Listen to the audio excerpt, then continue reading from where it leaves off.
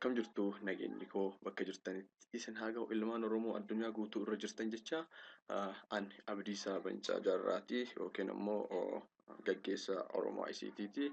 Viidiyoo gabaabduu kana isin waraabuu wanti barbaadeef haala amma dorgommii xiqqoo tokko akka idil addunyaatti dhimma CCT yookiin immoo CT Controlling Tool jedhuun dorgomaa haala ittiin filattan isinitti agarsiisuu barbaadeeti.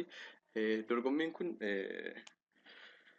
kan marsaa jalqabaa darbee yeroo ammaa gara marsaa lammaffaatti filannoo uummataatiif dhiyaate waan ta'eef filannoo uummataa keessatti immoo haalli uummatni vootii gochuun yookiin koomantii gochuun warra dorgomsiisu waan jiruuf haala kana irratti akkaataa ittiin deeggartan isinitti agarsiisuu barbaada. Yeroo ammaa kana linkiin yookiin hidhaan garaagaraa deddeemaa jira. Hidhaan Facebook irratti deddeemaa jiru kun akkamiin akka voot gootan isinitti agarsiisuuf linkii kana yookiin immoo linkii kana Facebook irratti deddeemaa jiru kana kiliik gootanii bantu. Kiliik gootanii yeroo bantanii jettanii kana yoo bantan kan gubbaa irra jiru kana yoo bantanii fuula kanatu isinii dhufa. Fuula dorgomtoonni hedduu irratti argaman fuula dorgomtoota hedduu irra argaman keessaa CT Controlling Tool jedhee moobaayila wajjin kan argamu jalqaba irratti maqaa kan wajjin Abdiisaa kan jedhu jira. Kaleessa eegallee ulfaadha uummanni keenya hedduu deemne irraa har'a 400 wayii fi koomentii 16 argadheera. Moor kan jedhu kana tunnaa jechuudha yoo fuula kana kan dhufu ta'e gubbaa kana irratti yoo ilaaltanii jettanii 14 kan jettu qofatu jira. 14 kun dorgomtoota hedduu wal biratti isinii fidu. Moor kan jettu kana tuqxaniiti as deebitanii immoo yoo linkii yookiin hidhaa asii kana kan barreeffamaan guutame kana yoo tuqxanii kanatu isinii dhufa. Kanatu isinii dhufa. Qaxxitaa yookiin daareettii bakka filannoo bakka itti filattan isin geessa. As biratti illee moorii kana yoo tuqxanillee jettanii mooriin kun eessa bira isin geessaa? As bira isin geessaa jechuudha. Fuula kana bira isin geessa. Fuula guutummaan isaa waa'ee kan koo qofa dubbatu kana. Waa'ee kan koo dubbatu kanarra yoo dhuftanii jettanii wanti isin gootan waan gabaabduudha. Isteeppii 3 takka qofa qaba. As biratti bakka iddoo duwwaa jiru kana suuraa keessatti barreeffamni isinitti mul'atu kun jira. Namoota garaagaraa bakka garaagaraatitti akkaataa deddeebi'amaa banamuun barreeffama garaagaraa agarsiisa waan ta'eef isin kama isinitti mul'atu qofa agarsiiftu. Fakkeenyaaf kun amma qubee gurguddaadha. Qubee gurguddaa ta'e gurguddaadhaan barreessinaa, xixiqqaa ta'e xixiqqaadhaan barraa'a jechuudha. Kanaafuu amma osmersi jennaa wanta bakka lama jiruuf irraa siqnaa jechuudha. Bakka jecha takka irraa siqnee kilooz kan jedhu fudhannaa. Kilooz isa jedhu barreessinaa. Yeroo barreessinu kana immoo barreeffamni akkaataa as keessa jiru kanaan ta'uu isaa gochuu danda'uu qabdu jechuudha. Haala kanaan voot goonaa jechuudha. Qajeelumatti gara vootii deemnee vootii keenya erginaa. Vootii keenya erginee yookaan as gad dhufnee immoo ani loogii waan godhee jiruuf iimeelii fi maqaa koo nan gaafatu duraan waan seenee jiruuf jechuudha. Isin immoo iimeelii keessaniif maqaa keessa akka galu gootu. Bakka iimeeliititti foormaatii iimeelii haa qabaatu. Fakkeenyaaf abaa@gmail.com ta'uu danda'a. Yoo iimeelii keessan dhoksuu barbaadan illee maqaa keessanillee yoo dhoksuu barbaadan maqaa barbaadan fayyadamuu dandeettu. Koomentii immoo asii kennitanii poosti koomentettu. As biratti voot yoo jettan vootiin filannoo keessa seena jechuudha. Connectioning kiyya xiqqoo dhufee jira. You have successfully voted jedha. Irra deebinellee filachuu dandeenya jechuudha. Achirraan darbee immoo koomentiin nuti barreessinu xiqqoo dheerachuu qaba. Afaan Oromootiin barreessuu dandeenya. Irra caalaa Ingiliffaan akka barreessitan filatamaa yookiin immoo namni hedduu yaada isaa sheer godhuu fi namoonni dhimma kana irratti xiyyeeffatanii nafaana buutanii na deeggaraa jirtan jaalalaaf kabaja guddaa isinii qaba. Ani Abdiisaadha. Oromiyaa Finfinneerraa galatoomaa fayyanaa ta'aa filannoon keenyatti fufaa. Yeroo kamuu yaadaan malee namaan hin dorgomnu. Akkasuma immoo OYS International Conference kan jedhullee hiriyyaa keenya mucaa keenya waan ta'eef achumaan namni filachuuf seenu filattan ka isaas filattan malee akka hin baane mucaa keenya waan ta'eef akkasuma ka isaallee piroojeektii darbuu qabu yookiin immoo dorgomee mo'achuu qabu keenya waan ta'eef mo'achuu qabna. Nu lamaanuu filadhaa ulfaadhaa galatooma bakka jirtanii isin jaaladhaa kabajaaf jaalalli bakka jirta isin haa ta'u nagaatti. Akkam jirtu nageenyi koo bakka jirtanitti isin haa ga'u ilmaan Oromoo addunyaa guutuu irra jirtan jecha ani Abdiisaa Bancaa Jaarraati yookiin immoo gaggeessaa Oromoo ICT'ti. Viidiyoo gabaabduu kana isin waraabuu wanti barbaadeef haala amma dorgommii xiqqoo tokko akka idil addunyaatti dhimma CCTA yookiin immoo CT Controlling Tool jedhuun dorgomaaru haala ittiin filattan isinitti agarsiisuu barbaadeeti. Dorgommiin kun kan marsaa jalqabaa darbee yeroo ammaa gara marsaa lammaffaatti filannoo uummataatiif dhiyaate waan ta'eef filannoo uummataa keessatti immoo haalli uummatni vootii gochuun yookiin koomantii gochuun wal nu dorgomsiisu waan jiruuf haala kana irratti akkaataa ittiin deeggartan isinitti agarsiisuu barbaada. Yeroo ammaa kana linkiin yookiin hidhaan garaagaraa deddeemaa jira. Hidhaan feesbuukii irratti deddeemaa jiru kun akkamiin akka voot gootan isinitti agarsiisuuf linkii kana yookiin immoo linkii kana feesbuukii irratti deddeemaa jiru kana kiliik gootanii bantu. Kiliik gootanii yeroo bantanii jettanii kana yoo bantan kan gubbaa irra jiru kana yoo bantanii fuula kanatu isinii dhufa. Fuula dorgomtoonni hedduu irratti argaman. Fuula dorgomtoota hedduu irra argaman keessaa CT Controlling Tool jedhee moobaayila wajjin kan argamu jalqaba irratti maqaa kan wajjin Abdiisaa kan jedhu jira.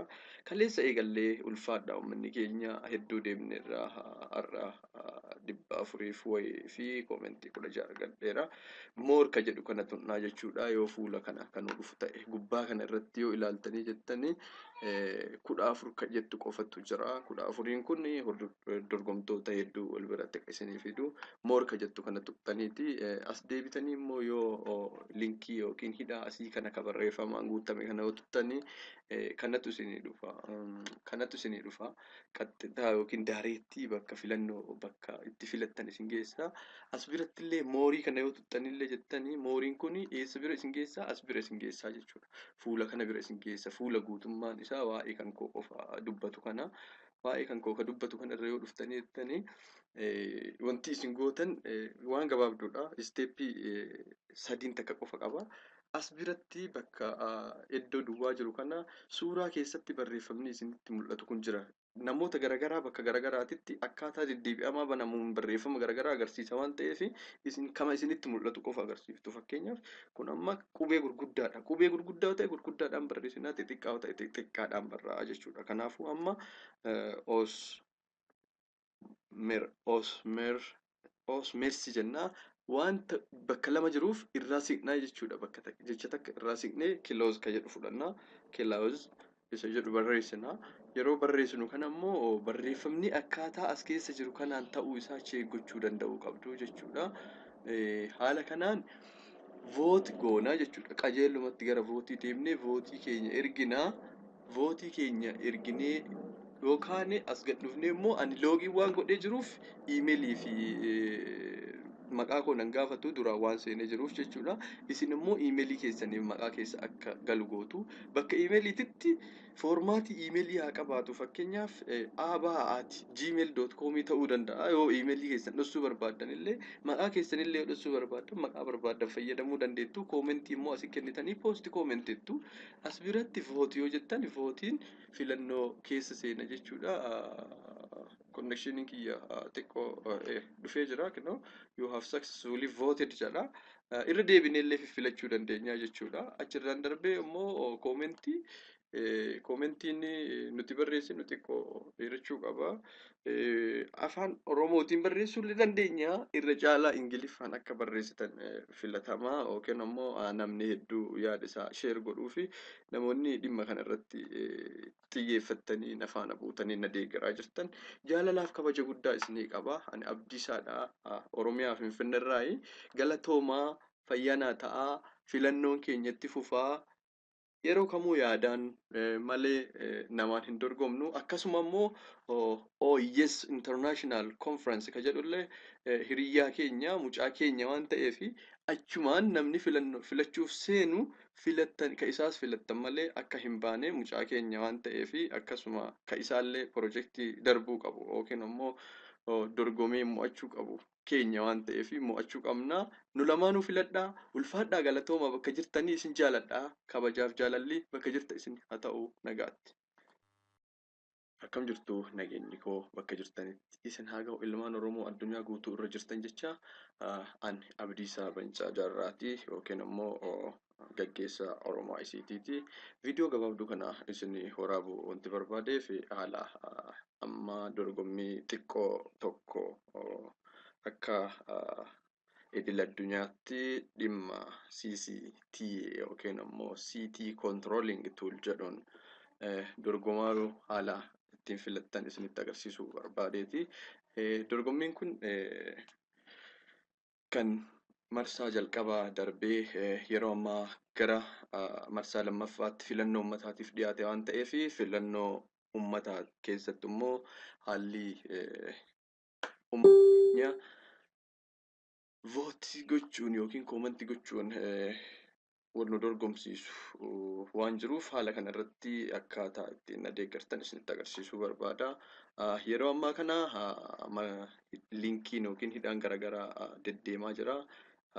Hidhaan feesbuukii irratti deddeemaa jiru kun akkamiin akka voot gootan isinitti agarsiisuuf linkii kana yookiin immoo linkii kana feesbuukii irratti deddeemaa jiru kana kiliik gootanii bantu. Kiliik gootanii yeroo bantanii jettanii kana yoo bantan kan gubbaa irra jiru kana yoo bantanii fuula kanatu isinii dhufa. Fuula dorgomtoonni hedduu irratti argaman fuula dorgomtoota hedduu irra argaman keessaa CT Controlling Tool jedhee moobaayila wajjin kan argamu jalqaba irratti maqaa kan wajjin Abdiisaa kan jedhu jira. Kaleessa eegallee ulfaadhaa uummanni keenya hedduu deemne irraa har'a 400 wayii fi koomentii 16 argadheera. Moor ka jedhu kana tunnaa jechuudha. Yoo fuula kana kan dhufu ta'e gubbaa kana irratti yoo ilaaltanii jettanii 14 kan jettu qofatu jira. 14 kun dorgomtoota hedduu wal biratti isinii fidu. Moor ka jettu kana tuqxaniiti. As deebitanii immoo yoo linkii yookiin hidhaa asii kana ka barreeffamaan guutame kana yoo tuqxanii kanatu isinii dhufa. Kanatu isinii dhufa. Qaxxitaa yookiin daareettii bakka filannoo bakka itti filattan isin geessa. As biratti illee moorii kana yoo tuqxanillee jettanii mooriin kun eessa bira isin geessa? As bira isin geessa jechuudha. Fuula kana bira isin geessa. Fuula guutummaan isaa waa'ee kan koo qofa dubbatu kana. Waa'ee kan koo ka dubbatu kana irra yoo dhuftanii jettanii wanti isin gootan waan gabaabduudha. Isteeppii 3 takka qofa qaba. As biratti bakka iddoo duwwaa jiru kana suuraa keessatti barreeffamni isinitti mul'atu kun jira. Namoota garaagaraa bakka garaagaraatitti akkaataa deddeebi'amaa banamuun barreeffama garaagaraa agarsiisa waan ta'eef kama isinitti mul'atu qofa agarsiiftu. Fakkeenyaaf kun amma qubee gurguddaadha. Qubee gurguddaa ta'e gurguddaadhaan barreessinaa, xixiqqaa ta'e xixiqqaadhaan barraa'a jechuudha. Kanaafuu amma osmersi jennaa wanta bakka lama jiruuf irraa siqnaa jechuudha. Bakka jecha takka irraa siqnee kilooz ka jedhu fudhannaa. Kilooz isa jedhu barreessinaa. Yeroo barreessinu kana immoo barreeffamni akkaataa as keessa jiru kanaan ta'uu isaa gochuu danda'uu qabdu jechuudha. Haala kanaan voot goonaa jechuudha. Qajeelumatti gara vootii deemnee vootii keenya erginaa.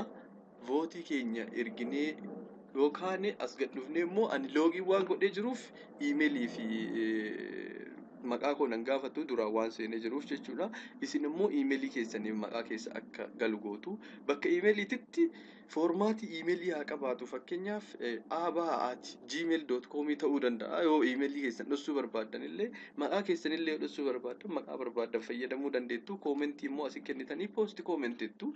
As biratti vootii yoo jettan vootiin filannoo keessa seena jechuudha. Connectioning kiyya xiqqoo dhufee jira. You have successfully voted jedha. Irra deebinee illee filachuu dandeenya jechuudha. Achirraan darbee immoo koomentii Koomentiin nuti barreessinu xiqqoo dheerachuu qaba. Afaan Oromootiin barreessuu illee dandeenya. Irra caalaa Ingiliffaan akka barreessitan filatamaa yookiin ammoo namni hedduu yaada isaa sheer godhuu fi namoonni dhimma kanarratti xiyyeeffattanii na faana buutanii na deeggaraa jirtan jaalalaaf kabaja guddaa isinii qaba. Ani Abdiisaadha. Oromiyaa Finfinneerraayi. Galatoomaa fayyanaa ta'aa filannoon keenyatti fufaa. Yeroo kamuu yaadaan malee namaan hin dorgomnu. Akkasuma immoo OYS International Conference kan jedhullee hiriyyaa keenya mucaa keenya waan ta'eef achumaan namni filachuuf seenu ka isaas filattan malee akka hin baane mucaa keenya waan ta'eef akkasuma ka isaallee pirojektii darbuu qabu yookiin immoo dorgomee mo'achuu qabu keenya waan ta'eef mo'achuu qabna. Nu lamaanuu filadhaa. Ulfaadhaa galatooma bakka jirtanii isin jaaladhaa. Kabajaaf jaalalli bakka jirta isin haa ta'u nagaatti. Akkam jirtu nageenyi koo bakka jirtanitti isin haa ga'u ilmaan Oromoo addunyaa guutuu irra jirtan jecha ani Abdiisaa Bancaa Jaarraati yookiin immoo gaggeessaa Oromoo ICT'ti. Viidiyoo gabaabduu kana isin waraabuu wanti barbaadeef haala amma dorgommii xiqqoo tokko akka idil addunyaatti dhimma CCT yookiin immoo CT Controlling Tool jedhuun dorgomaaru haala ittiin filattan isinitti agarsiisuu barbaadeeti. Dorgommiin kun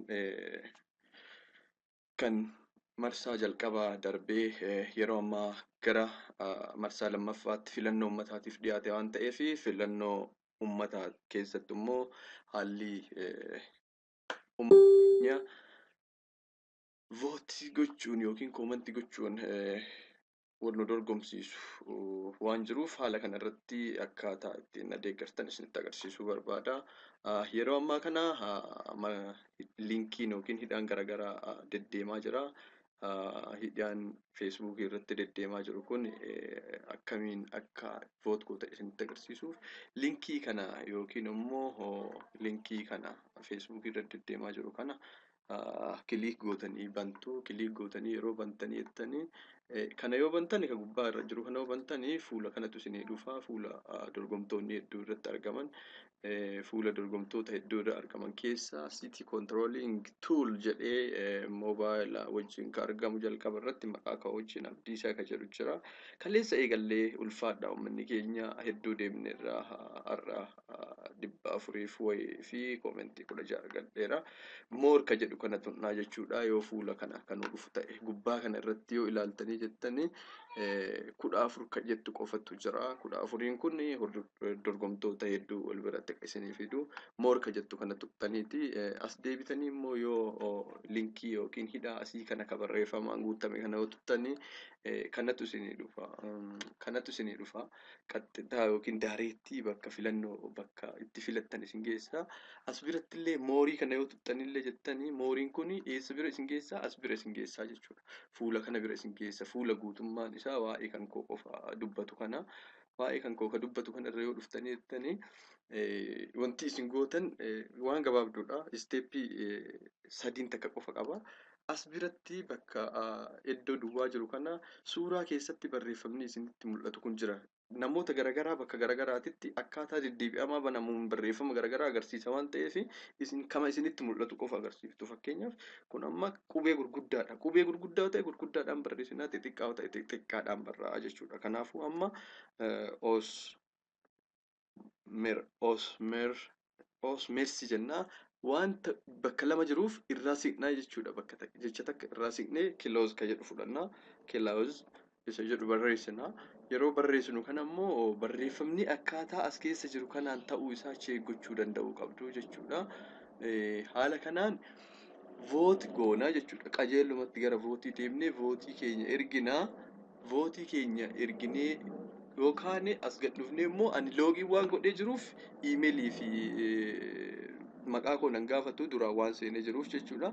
Isin immoo iimeelii keessanii maqaa keessa akka galu gootu. Bakka iimeeliititti foormaatii iimeelii haa qabaatu. Fakkeenyaaf abaa@gmail.com ta'uu danda'a. Yoo iimeelii keessan dhoksuu barbaaddan illee maqaa keessanillee yoo dhoksuu barbaaddan maqaa barbaaddan fayyadamuu dandeettu. Koomentii immoo asii kennitanii poosti koomentettu. As biratti vootii yoo jettan vootiin filannoo keessa seena jechuudha. connectioning kiyya xiqqoo dhufee jira kunoo you have successfully voted jedha. Irra deebinee illee filachuu dandeenya jechuudha. Achirraan darbee immoo koomentiin nuti barreessinu xiqqoo dheerachuu qaba. Afaan Oromootiin barreessuu illee dandeenya. Irra caalaa Ingiliffaan akka barreessitan filatamaa yookiin immoo namni hedduu yaada isaa sheer godhuu fi namoonni dhimma kana irratti xiyyeeffatanii na faana buutanii na deeggaraa jirtan jaalalaaf kabaja guddaa isinii qaba. Ani Abdiisaadha. Oromiyaa Finfinneerraayi. Galatoomaa fayyanaa ta'aa filannoon keenyatti fufaa. Yeroo kamuu yaadaan malee namaan hin dorgomnu. Akkasuma immoo OYS International Conference kan jedhullee hiriyyaa keenya mucaa keenya waan ta'eef achumaan namni filachuuf seenu kan isaas filattan malee akka hin baane mucaa keenya waan ta'eef akkasuma kan isaallee pirojektii darbuu qabu yookiin immoo dorgomee mo'achuu qabu keenya waan ta'eef mo'achuu qabna.